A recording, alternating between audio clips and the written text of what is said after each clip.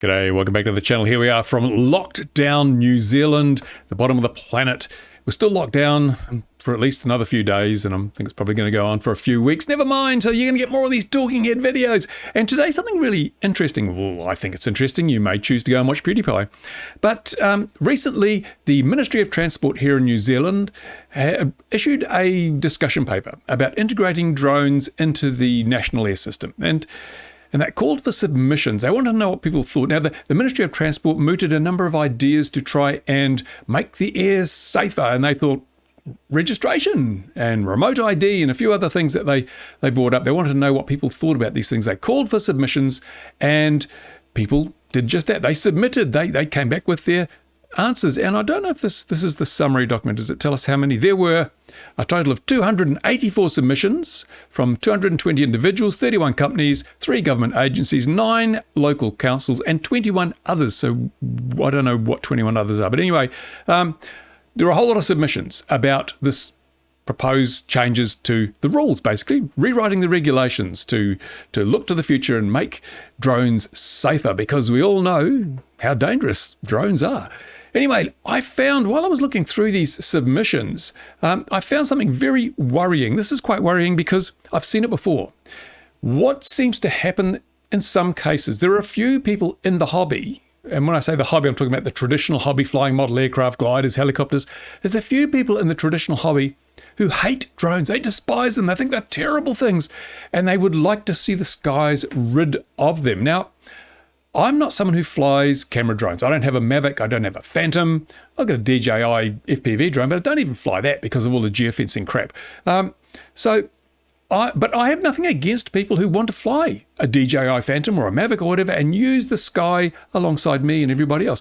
I don't believe that just because I'm a member of the fixed wing hobby, I have any more or less rights than anyone else to use the skies over my head. As long as everyone's using it safely with due respect to the safety of people and property, then why shouldn't the camera drone operators have every bit as much right to use the skies as me when I'm flying my DLG or my nitro-powered P51 Mustang or my AXN or whatever it may be I'm flying? It's a pretty big sky. There is enough room for everybody. There's no need to be elitist and claim that drones are the devil's spawn, which unfortunately, some traditional hobbyists tend to do. And I found one such submission amongst the 200 and whatever submissions, and I think we can go over it and have a look because it's quite worrying. Okay, I'm not going to disclose the name of the person who made the submission. We're not here to vilify an individual, but more a mindset that says the skies are ours and not yours. So I'm going to read this out loud because I don't know if everyone can read this on their device. If you've got a mobile phone, it may be too small. I'm going to say, so I'll just read what was written. It says, I present my submission to the Enabling Drone Integration Consultation. I refer you to the United Nations report S/2021/229, which finds that lethal autonomous weapons are here now, available and in use. Yes, this submitter is talking about lethal autonomous weapons. We're talking drones, we're talking Phantoms and Mavics, not lethal autonomous weapons. And this is a good indication. The people who make the most noise, the people who are the most outraged, are usually the people who are least informed. So let's see what this person says and how misinformed they are. They go on to say, under these circumstances, the only safe and sane thing to do is to ban all multi-rotor drones totally before someone sets up an anonymous, pre-programmed, automated ambush of a commercial plane. We are an island, so this can be done. Not easily, but necessary. Well, for a start, we're not with 3 islands, possibly more if you count the little tiny ones. And really, I actually alerted the world to the risk from what really amounts to drones, low-cost cruise missiles, over 2 decades ago, nearly 2 decades ago, back in 2002, I think it was, when I first raised the issue of the fact that people could build a cruise missile using off-the-shelf technology and use it for bad purposes. None of that's happened. It has not happened. This person seems to have reinvented that idea, and even though we've got 2 decades of experience that show it's just not happening, they are certain it's going to happen. He goes on to say, customs can be supported to trap drones and drone components at the border, including drone batteries, which are normally in a particular case/package that fits the drone. We're going to trap drones. It's not like the drones are flying in. It's not not like they're coming in by air of their own accord, under their own power. No, they come through in boxes like everything else. Trap drones. What emotive language. What emotive language this person's using. Anyway, we shall continue. Allowing drones to fly over private property is totally unacceptable and contradicts the laws of trespass. Well, actually, it does not. Bear in mind, a plane at 500 feet plus is transitory, and the angle of any camera taking photographs is very shallow and does not normally produce detailed pictures. Obviously, this person's never looked at Google Earth. A great many of the high-resolution images on Google Earth are taken from planes. So, again, he's talking bullshit. Anyway, he goes on to say, multi-rotor drones hover, and the camera lenses are now sub-miniature and produce excellent film. Film. This person's obviously quite old. Film. It may interest him to know that we don't use film in cameras anymore. No, I'm sorry, we don't. It's all digital now, but this person is not going to let facts stand in the way of their idiocy. Anyway, let's go on.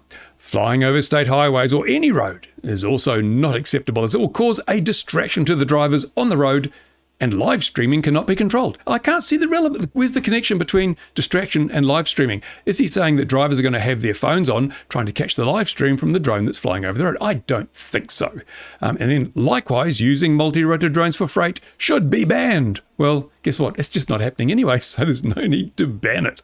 My goodness, this guy really does not like multi-rotor drones, does he? Anyway, I am not tempted to say there should be a small number of commercial drone operators. The fire risk is way too great. These batteries cannot be put out, extinguished, or contained. They are self-fueling once they are alight.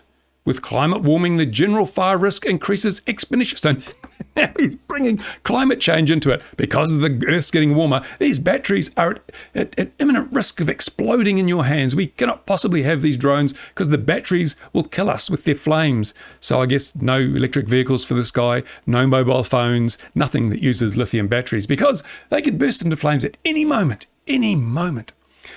Goes on to say, you have a hard task ahead of you, talking to the Ministry of Transport. Banning these multi-rotor drones is necessary.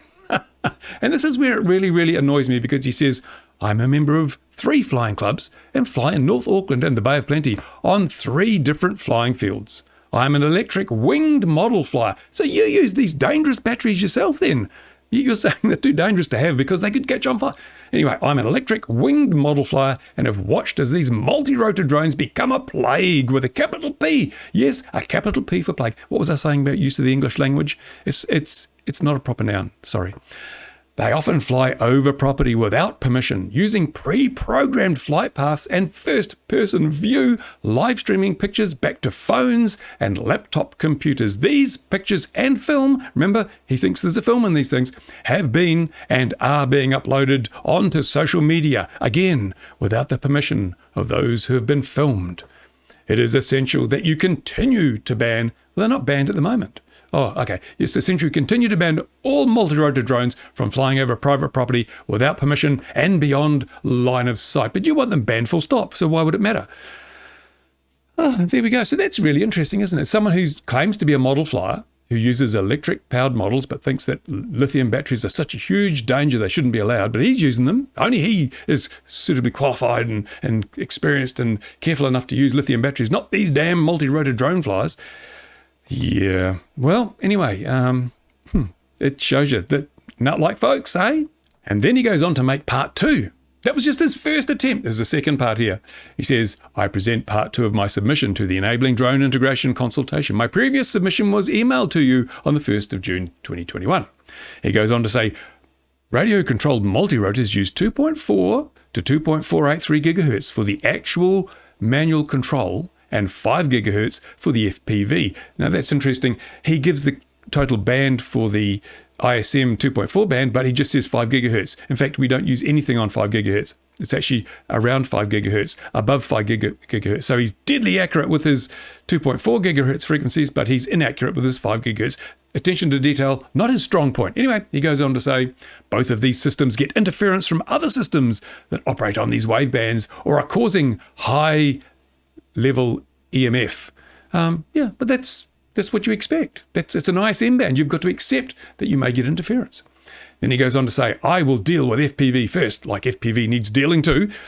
When interference occurs, the viewing device, FPV goggles, mobile phone, laptop, etc., the view is trashed. And what looks like old-fashioned TV interference, the pilot cannot see where he/she is flying. This total loss of view invariably results in a flyaway and the inevitable crash somewhere, often out of view, perhaps several kilometers away.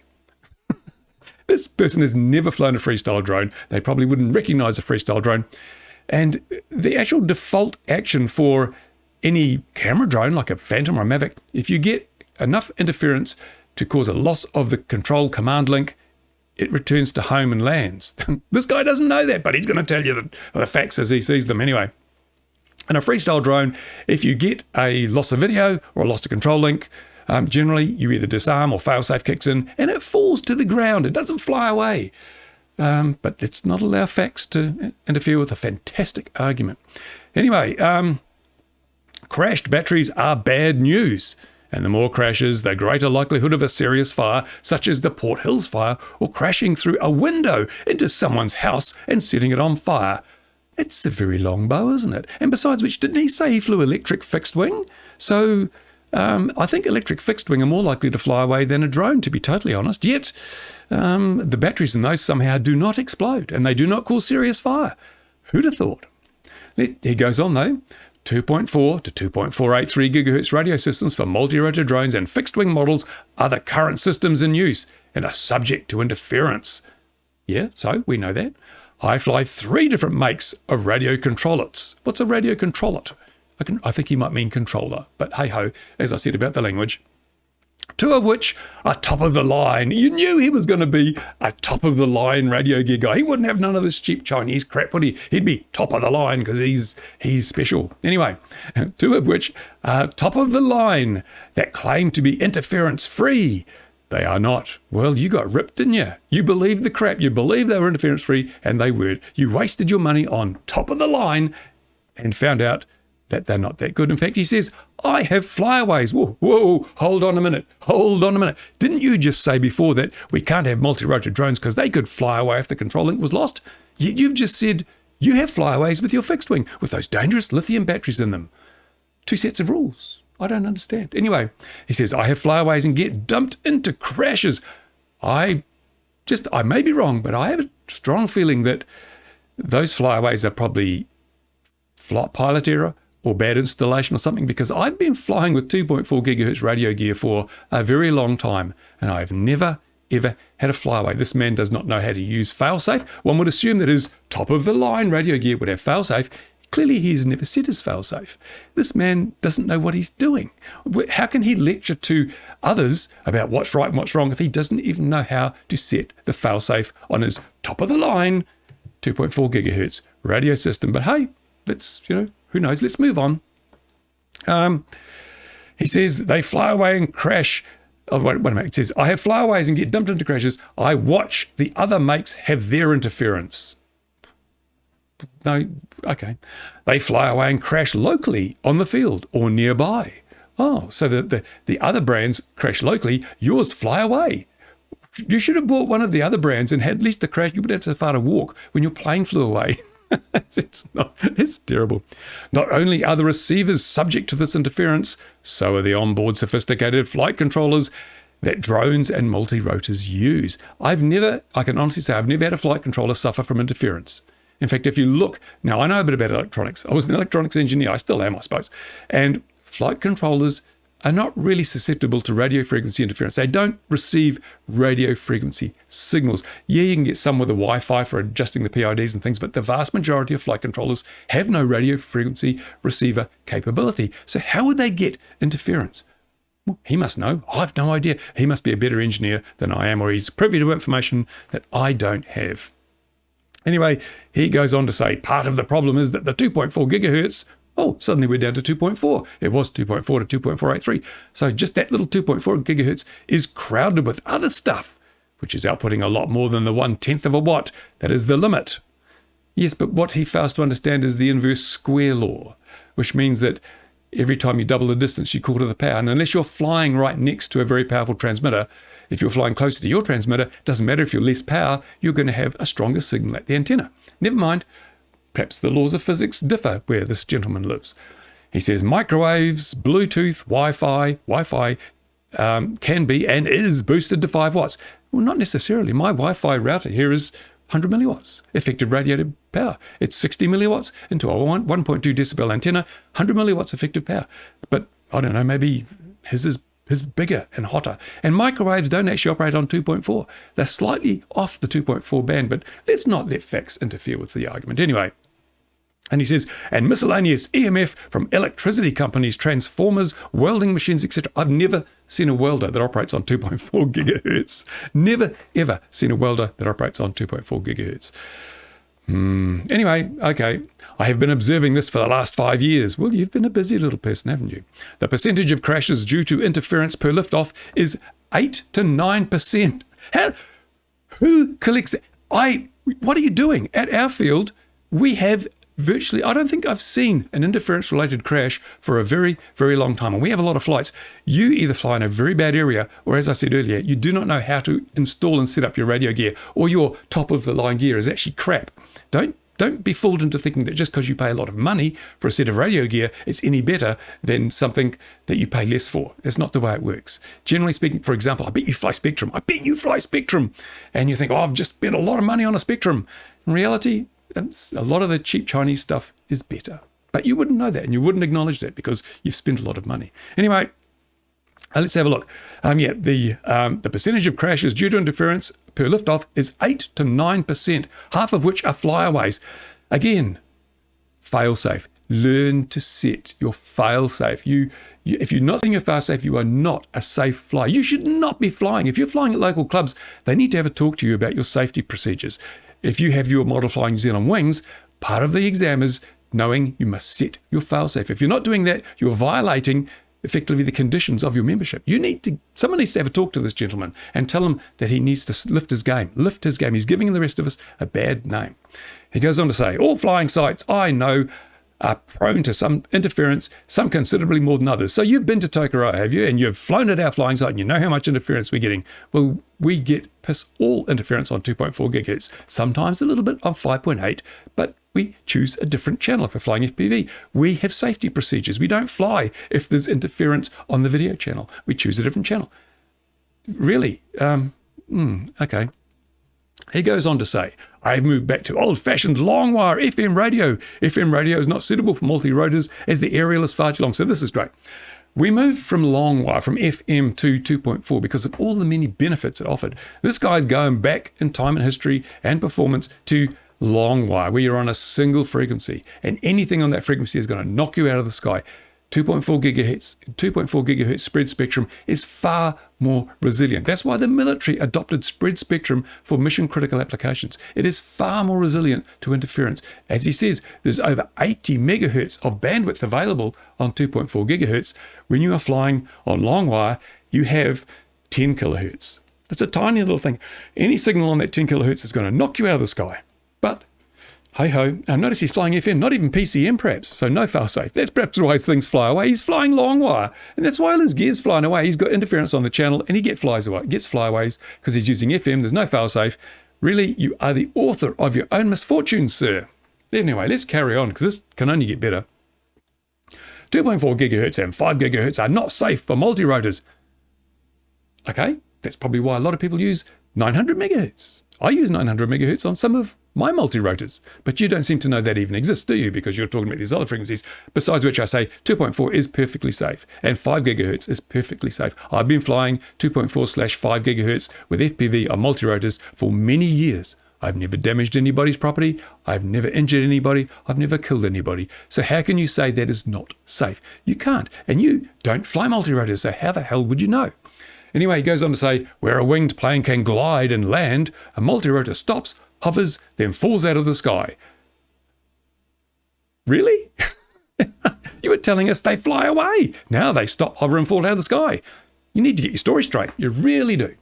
Anyway, potentially on top of a personal property. So they stop, hover, then fall out of the sky, potentially on top of a person or property. Well, no, because I don't fly over people. and I don't fly over other people's property. So even if my multirotor did stop, hover, and fall out of the sky, it lands on the grass. And the only thing that's damaged is the grass and perhaps my multirotor. So yeah, you're really a little bit out of touch here. And the regulations say you're not supposed to fly over people and you're not supposed to fly over property. So why would you want to ban them? Because if people are flying by the rules, then this would never happen. And even if you ban them, the people who are not going to fly by the rules will still fly them in breach of the rule that says they're banned. So it's ridiculous. Anyway, let's go on. Multi-rotor flyers seem to be very casual with their batteries. They have bad habits of fast charging, not good for batteries, overcharging, even worse than fast charging, and rarely take their batteries back to a storage level when they go home. How does he know this? I mean, he says he doesn't fly multirotors.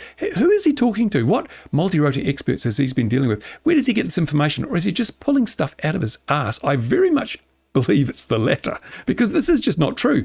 The people I fly with, and most batteries today can be charged at up to 5C. He doesn't know that. He's probably flying nickel metal hydride batteries in his fixed wings, and he doesn't know. But these days, a lot of lithium batteries can be charged at up to 5C. I charge mine at 1C all the time, sometimes less if I've got plenty of time. So you can't use generalizations like this. Also, nobody overcharges their batteries. Why would you overcharge a battery? It does nothing except damage the battery. I don't know of anybody that overcharges their batteries. So where does he get that from? I have no idea. As I say, plucking stuff out his backside.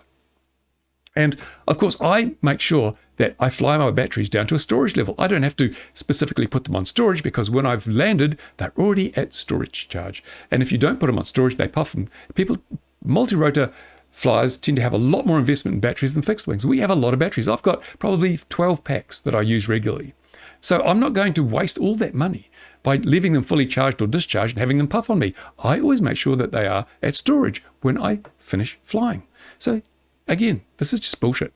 He says, this does shorten the life of the battery. These first two issues have caused fires. Yes, they have. And trust me, fixed wing flyers are amongst the worst offenders. People like you who fly electric fixed wing often don't treat your batteries properly, and that's the reason that they fail. So what has multi-rotor got to do with that? Makes no difference at all. And in fact, it's interesting because I suspect you're aiming this more at the Mavic and Phantom flyers. These are the bad people. Well, you do realize, of course, that the batteries in DJI drones are intelligent batteries, and they self-discharge to storage if you leave them fully charged for a while. Yeah. Did you know that? You didn't know that. No, because you didn't do your research. I hate it when people come up with crap like this because they simply have not done their research. I think I've mentioned that before. Anyway, let's go on. He hasn't stopped yet. He says, my company writes sophisticated engineering software. Well, please tell us who your company is, because I wouldn't buy a bloody bean off you if this is your attitude to things. Goes on, hacking. He's grasping at straws now. Hacking. We live in an internet world that is constantly being hacked. Oh, yes. Well, there's a certain amount of truth to that, but not constantly. I mean, I've been on the internet for a very long time, and I never had a system hacked because I take simple precautions, just like I don't overcharge my batteries and I store them at a storage charge. Anyway, hackers are patient and clever. A hacker will spot these flight controllers. How is the hacker going to get access to your flight controller, by the way? How's he going to do that? I mean, they're just sitting online, scanning IP ports, waiting for a flight controller to pop up. Well, guess what? Flight controllers are not IP connected to the internet. Most drones do not have a constant IP connection. For example, where are we? I have one here. Let's have a look at this. Here is a drone. This does not have an IP connection. It does not have a connection to the internet. I'm sorry, nobody can hack this drone. But hey, what would this? I mean, this guy, his company writes sophisticated engineering software. He should know this, but I guess not. Anyway, he says flight controllers, some, not all, self-update their software. They do this anytime they are live with a battery. It can latch onto a Wi-Fi signal. At home, on the bench, in the air. They do not have any firewall or antivirus protection. This is an open door to the whole world of hackers. Okay, I challenge you, Mr. Software Engineering Company. Hack this.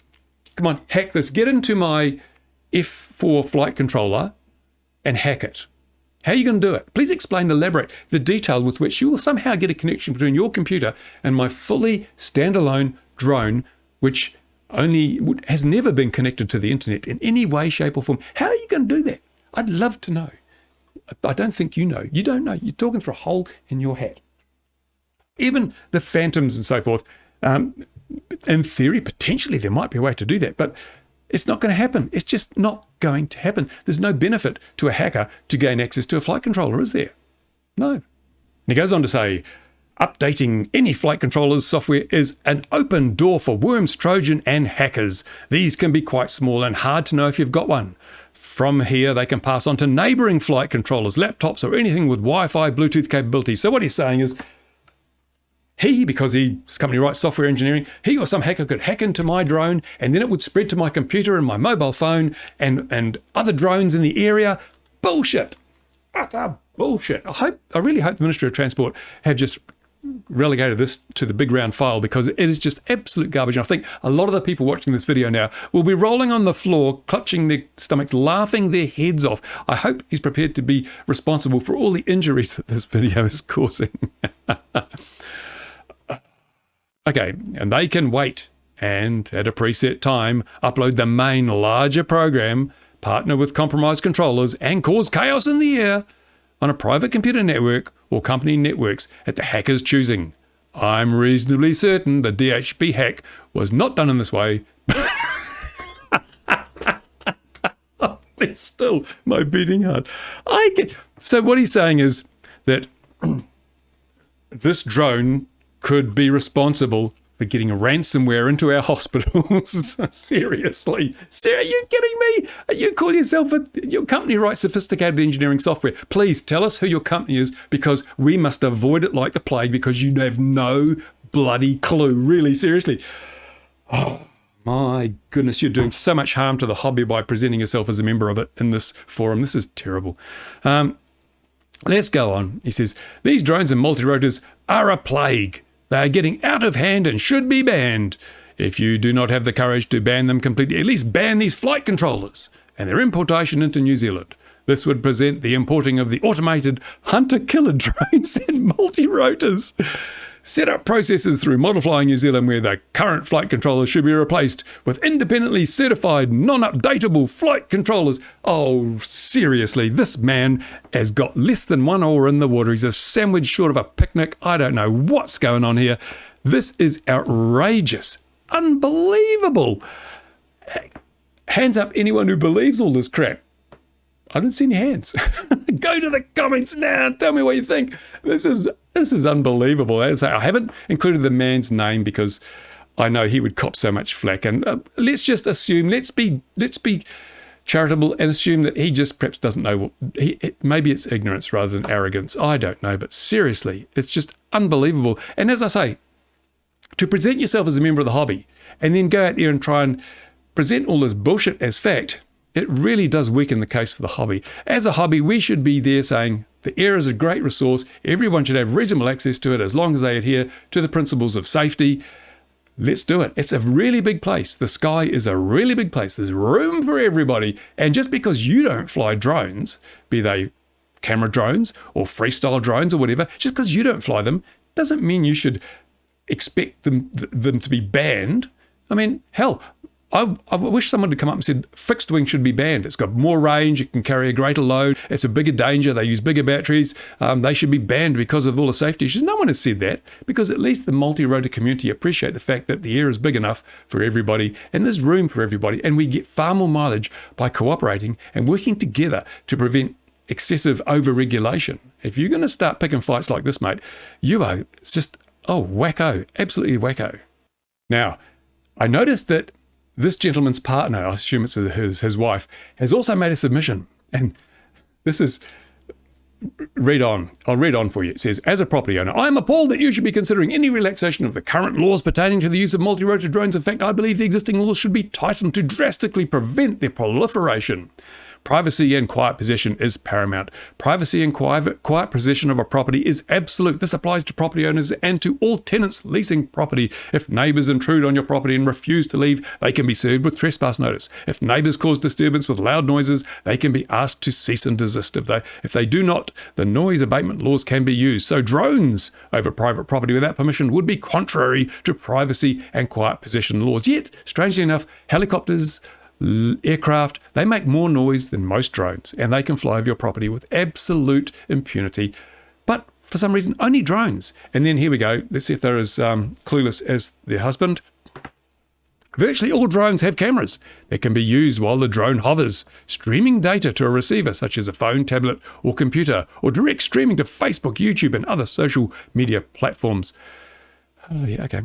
Allowing drones to fly over private property without permission is tantamount to enabling paparazzi to walk onto anyone's property and photograph them. I believe this is contrary to photographic copyright laws. It has nothing to do with copyright. Again, you do not know what you're talking about. In New Zealand, we have privacy laws that have something called the reasonable expectation of privacy. And if you intrude on someone's reasonable expectation of privacy, there are laws in place to deal with you. We don't need aviation laws to handle the privacy issue. It's a completely separate part of regulation. And we don't need two sets of rules for one problem. So this is all irrelevant. It's irrelevant. If someone is invading your privacy with a drone or with a camera on a stick or with a helicopter, then there are rules, there are laws in place to deal with that. We do not need extra laws to do that. Then it says safety. Some specialized drones can fly at more than 150 kilometers an hour. And guess what? Some of the fixed-wing electric models can fly at twice that speed or more. But never mind. Even a small drone hitting someone at speed has the potential to kill. Likewise, a fixed-wing. Likewise, a drone dropping a 1 kilogram package on a person could be fatal. Likewise, if it had been dropped from a fixed wing, the same thing could happen. Being a multirotor has nothing to do with any of this. Extending drone rules to enable delivery of goods to the public is a dreadful idea and should be banned. Well, while I agree it's a dreadful idea, I don't see why it should be banned. You haven't presented a case for banning them.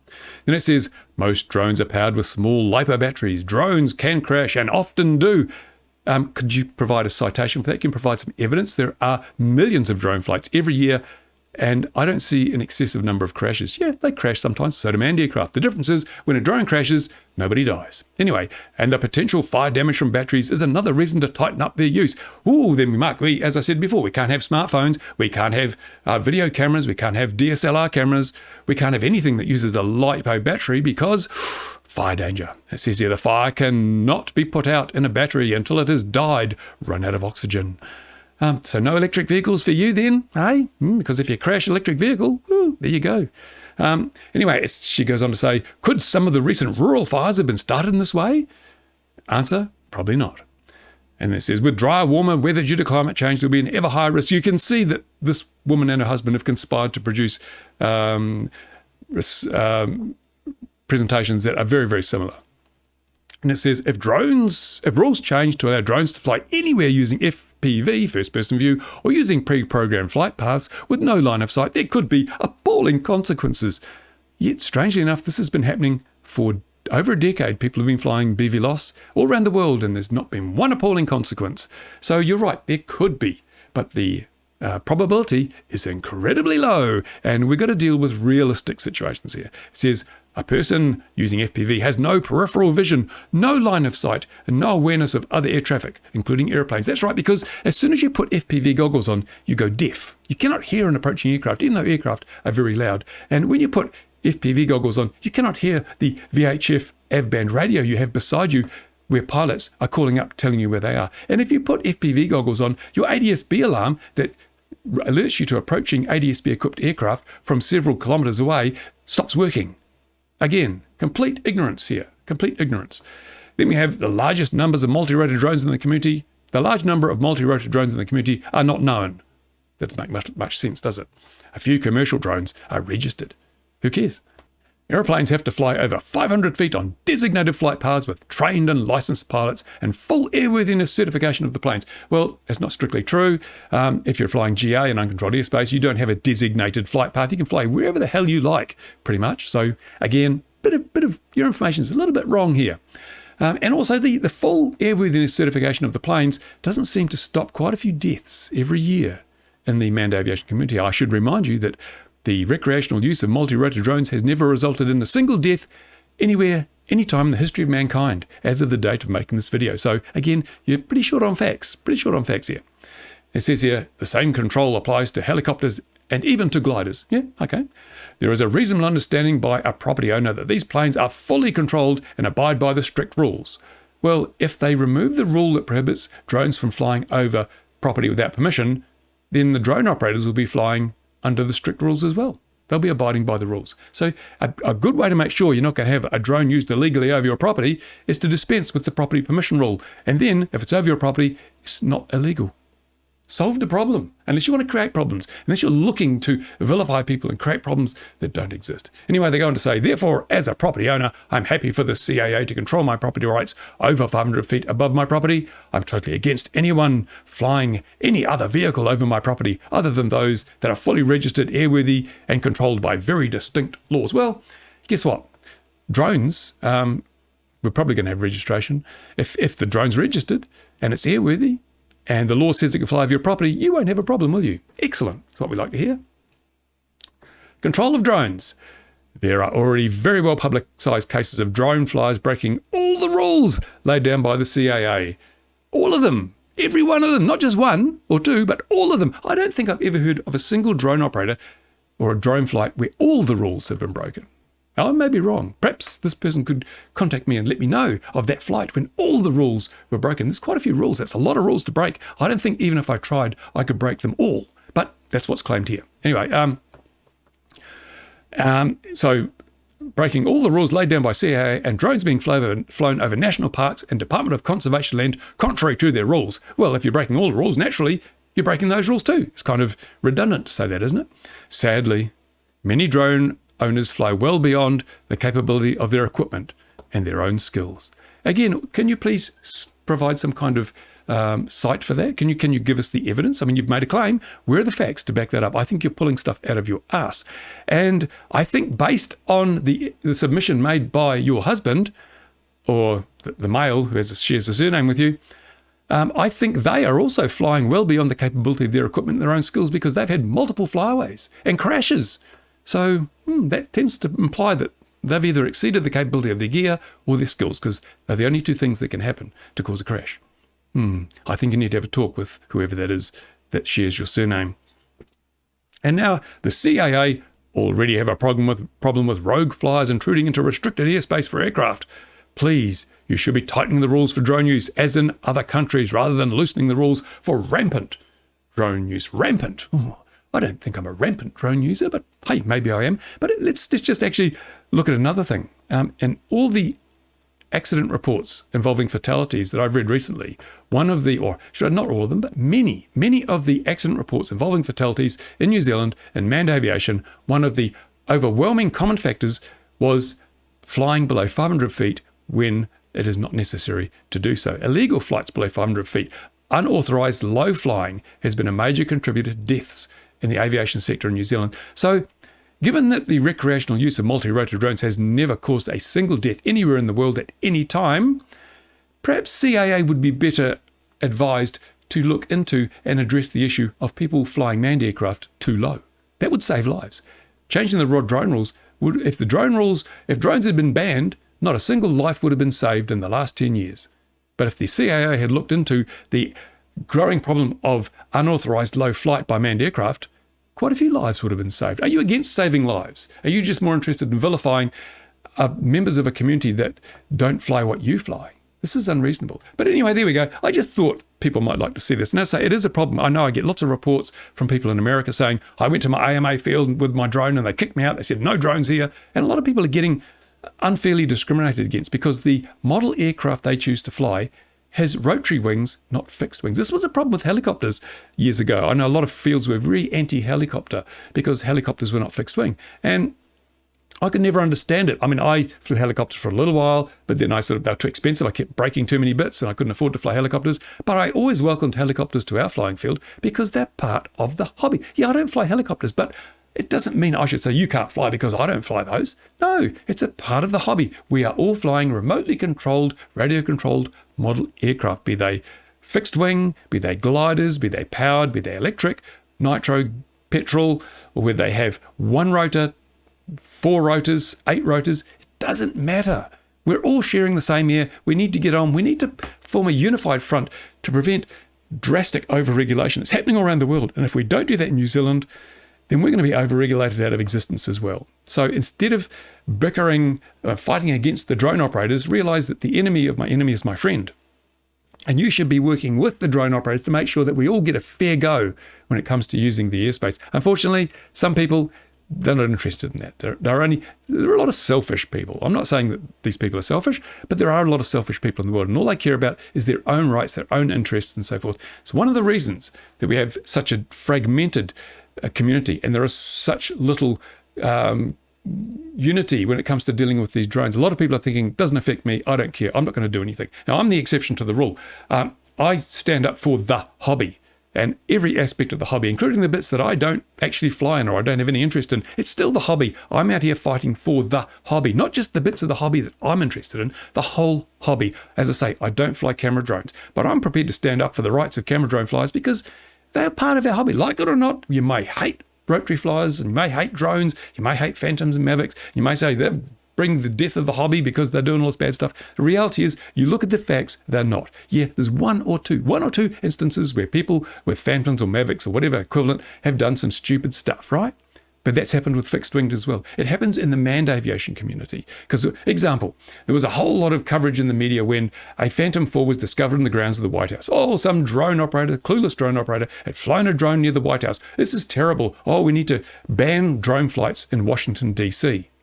But people forget that it was around about the same time, someone landed an ultralight on the lawn at the White House. An ultralight, a manned aircraft. We didn't say, oh, we're going to ban manned aircraft. And the ultralights are still not registered. You don't have to register an ultralight in the USA. You don't need a license for an ultralight in the USA. You can just build one and fly it. You can buy one and fly it. But if you build a model of that ultralight, and it weighs more than 250 grams in America, you've got to register. And you'll soon have to fit remote ID. How crazy is that? As a hobby, we need to be unified and stand up to this ridiculous overreach, or we get stomped on. Manned aviation has been unified for a long time. We've got to stop bickering within our own ranks, as is happening here, and just realize if we don't pull together, the hobby's lost. And this gentleman and this woman may say, we hate multi-rotor drones. It's going to backfire on them, and they'll find that they too are grossly overregulated. And you reap what you sow. So stop sowing the seeds of dissent. Get together, unify with the other people in this hobby, and let's have a concerted front to represent everybody's interests to the regulator. Make sure we don't get regulated out of existence as is happening elsewhere in the world. What a long rant and rave this has been, but I hope you've enjoyed it.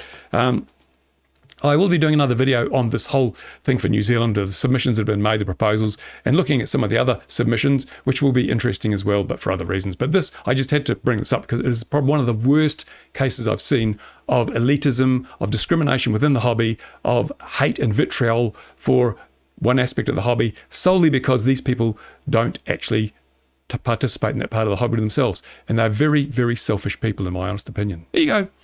Thanks for watching. Go to the comments. Tell me what you think. Am I being mean? Am I mean to these people? Do you also hate drones with a passion? Do you think they should be banned? Do you think that the LiPo batteries in drones are far more dangerous than the LiPo batteries in fixed wings? And do you find that 8 to 9% of your takeoffs end up in a flyaway or a crash? If so, you need some training. You really do. Or you need to buy better gear. Yeah, top line. Get top line gear. Apparently that's 8 to 9% top line gear. Seriously. Anyway, that's it. Thanks for watching, guys. Bye for now. Overregulation is like a tumor. It's killing our hobby. It must be terminated. Now!